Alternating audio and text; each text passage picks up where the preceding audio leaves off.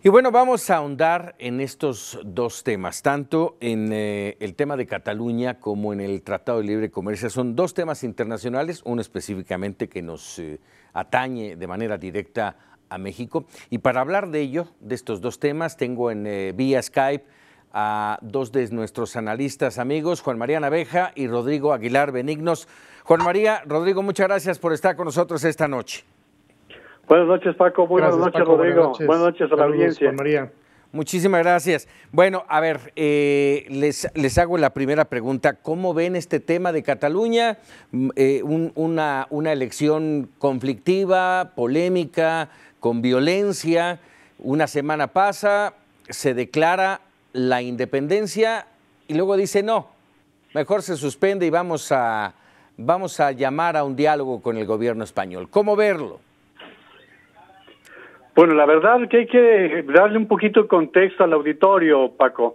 Lo que está buscando Cataluña es la independencia de España, y para que lo pongamos en contexto es como si Nuevo León le pidiera a México separarse del país. No, cuando hay un pacto federal, no es voluntarioso el tomar una decisión de esta naturaleza. California, por ejemplo, que tendría elementos fáciles para emprender o iniciar una separación de los Estados Unidos, no lo hace. ¿Por qué no lo hacen? Porque hay una carta constitucional y Cataluña tiene años tratando de independizarse, pero rompiendo el orden constitucional. No sé, Rodrigo, a lo mejor tú tengas más elementos, pero Cataluña no tiene la historia de las repúblicas del este de Europa que reclamaron su independencia. Cataluña pertenecía al Reino de Aragón, no tiene los elementos históricos como para reclamar de facto o de inmediato una salida de España. Por esa razón hay que establecer que la decisión de independencia no es solamente un asunto que determinen los catalanes, sino que es un asunto que determina a todos los españoles. ¿Qué sucedió el 1 de octubre?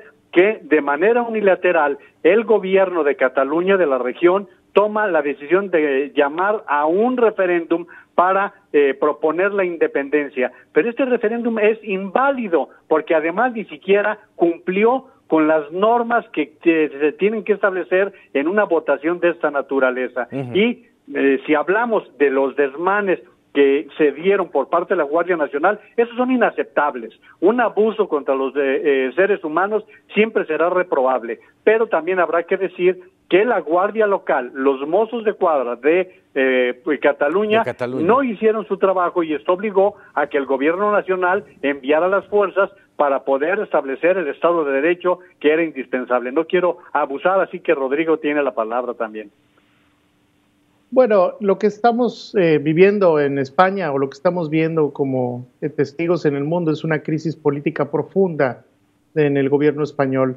Por supuesto que el tema del referéndum, como bien lo dice Juan María, no cumplía con los requerimientos básicos de un referéndum democrático y legítimo. De ahí carece toda validez, no nada más la parte legal, sino la parte sustantiva. Esto, como se hizo, le hace más daño a los catalanes que a los españoles, puesto que se llega a una decisión de separarse a todo costo y con muy poca legitimidad. Entonces, pero por otro lado no se justifica, por supuesto, el uso de la violencia y el uso de la ley, sobre todo el uso de una orden judicial para solucionar un asunto de división profunda en una zona del mundo, amigos, que es multilingüe, multicultural y que se inserta también en una región llamada la Unión Europea. Es decir, nadie le puede dar lecciones de democracia a España. España ha sido un país que desde el final del franquismo, desde el último golpe de Estado en el 81, ha dado grandes clases, digamos, de democracia y de avances democráticos. Entonces se extrañó mucho, obviamente, el comportamiento de la Guardia Civil a toda costa con una orden judicial, el tema de la violencia que se generó en las casillas, impidiendo incluso la votación. Entonces, lo que tiene que avanzar España, y con esto cierro, es a un profundo diálogo, a una visión, al regreso de la política como el arte de lo posible entre Claro. los estados y entre los estadistas. Por lo que están mencionando, Juan Manuel, Rodrigo, pareciera que la independencia de Cataluña no tiene futuro. Pero lo que sí tiene futuro es un conflicto que ahí se está generando. No creo que vaya a haber diálogo. ¿Cuál sería ese futuro para ustedes, Rodrigo? Bueno, lo tiene que haber, Paco, y esta es una de las cosas en las que España cuenta. Una vocación democrática, debe de haber el diálogo. Hoy Cataluña da un paso, si quieres, muy flácido, insípido, al posponer este tema de la independencia, de declarar unilateralmente la independencia, habiendo roto, como bien dice Juan María, el orden constitucional español. Por supuesto que el regreso de la política tiene que imperar. Lo hemos visto, los movimientos populistas, como este caso en particular, yo lo podría catalogar como populista porque a final de cuentas es una medida que lo que pretende es darle gusto a un sector cada vez más creciente dentro de una región que es Cataluña, con fines políticos y de política doméstica, pero no tiene el soporte mínimo. El referéndum no tenía un umbral, por ejemplo, mínimo de participación. El referéndum a toda costa, repito, no pasará. Y eso sí, repito, es profunda la crisis política y tanto el gobierno central como Cataluña tienen que hacer un esfuerzo de diálogo. Juan María.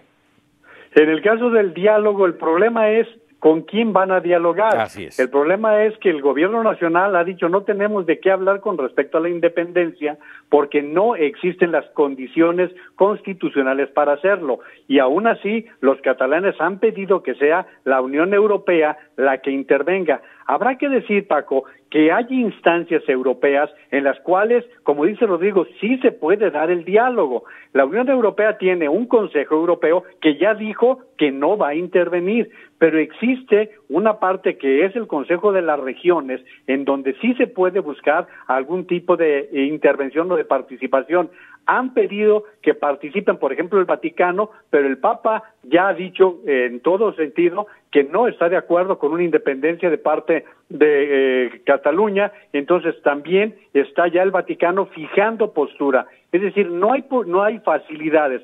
Por otro lado, están corriendo el riesgo de que se empiece a erosionar una de las principales fortalezas de Cataluña, Paco. Cataluña argumenta ser el principal aportador económico. Fíjate, en los últimos días, 6 de los principales 7 participantes del IBEX de la Bolsa de España se han salido de Cataluña. De los más destacados, hay que decir que ya se fueron Sabadell, el banco, y se ha ido la Caixa. Y están analizando otras grandes empresas abandonar Cataluña, es decir, como base principal. Tenían allí su sede precisamente por lo que representa prácticamente Barcelona. Y todo esto está de alguna manera afectando directamente a la economía y al empleo en Cataluña. Muy bien, pues bueno, vamos a mantenernos ahí pendientes con el tema Cataluña y a mí me gustaría poder tocar, aunque sea de manera muy breve, por el tiempo que ya nos queda, pero bueno, mañana inicia la 4ª ronda de negociaciones del Telecán, una ronda calificada y marcada a lo largo de los últimos días, muy espinosa, muy conflictiva, con un insistente señalamiento de Trump de que lo quiere terminar, de que ya no quiere seguir con el Telecán. ¿Cuál es su punto de vista, Juan María? Tú sabes, Paco, que yo no he sido generoso con el gobierno del presidente Peña Nieto en este tema y diría que hoy en el Senado Luis Videgaray puso por fin la posición clara de México. Me parece que México tendrá que levantarse en el momento en que sienta que las condiciones no son las favorables para México. No pasa absolutamente nada. Sí, claro, habrá que hacer adaptaciones, habrá que darse situaciones particulares, pero me parece que México en este momento, si siente la representación que se están excediendo los estadounidenses con las posiciones que están marcando, si no están de acuerdo con lo que Canadá está fijando, México puede simplemente levantarse de la mesa y buscar otras alternativas. Yo creo que sí, Paco, me da la impresión de que nos están preparando desde hace una semana para levantarse de la mesa. Esa es la impresión que me da para esa ronda que empieza mañana en los Estados Unidos. Rodrigo. Bueno, me parece que la visita de Trudeau esta semana en México también habla mucho de la estrategia que está siguiendo México. Me parece muy clara la posibilidad de que se pueda levantar de la mesa de negociación. Por supuesto, no pasaría nada. Yo coincido plenamente también con Juan María, pero yo creo que todavía hay mucho pan que rebanar. Es decir, yo me esperaría un poco más para ver precisamente, no necesariamente quién se levanta de la mesa o no, sino cómo empieza esta nueva etapa de negociaciones, porque lo que vimos las últimas 3 rondas fue puro calentamiento. Entonces me parece que ahora sí ya se empiezan a poner los puntos sobre la I, bueno, y es donde se puede dar un levantamiento. Tan es así que ya empiezan a poner los puntos sobre las IES. El martes, ayer, Trump dijo, prefiero salir. Y también está el tema de las filtraciones en torno a las propuestas que yo le digo que son condiciones de Estados Unidos en el tema automotriz, en el que pretende cambiar esta regla de origen, en el tema de los salarios, en el capítulo 19, en fin, son temas muy espinosos para una jornada que será una semana muy larga, terminará hasta el martes y vamos a ver de qué sucede, ¿no? Sí, y estamos hablando, Paco, así es, ya y de no olvidar, como, obviamente, como decía Rodrigo, perdón, adelante. hasta 7 posibles encuentros, nos atravesamos, hasta 7 posibles encuentros se pudieran dar. Y nada más para darle la palabra a Rodrigo, te diría que el tema agropecuario ha sido el que ha traído mayor complicación cuando había otros temas que se suponía serían los más complejos, Rodrigo. Así es.